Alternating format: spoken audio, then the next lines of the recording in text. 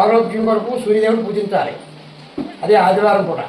దానికి ఆవు నెయ్యితో దీపం పెట్టి అభిషేకం చేసుకుంటే భక్తులు కోరిన కోరికలు తీరుకని మా యొక్క మనవి.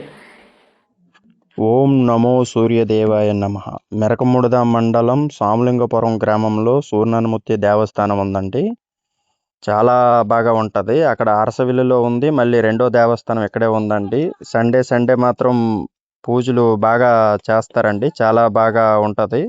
అక్కడికి వస్తే కోవుళ్ళు శివాలయం కూడా ఉంటుంది. తర్వాత సూర్యదేవాయ నమఃశివాయ అనేసి నమస్కారం చేయండి. సూర్యనారాయణమూర్తి స్వామి శివాలయం ఉంటుందండి. పక్కన చాలా గుళ్ళు ఉంటాయి. తర్వాత సాయిబాబా టెంపుల్ కూడా ఉంటుందండి. చాలామంది భక్తులు వస్తుంటారు సోమవారం ఆదివారం కలిపి.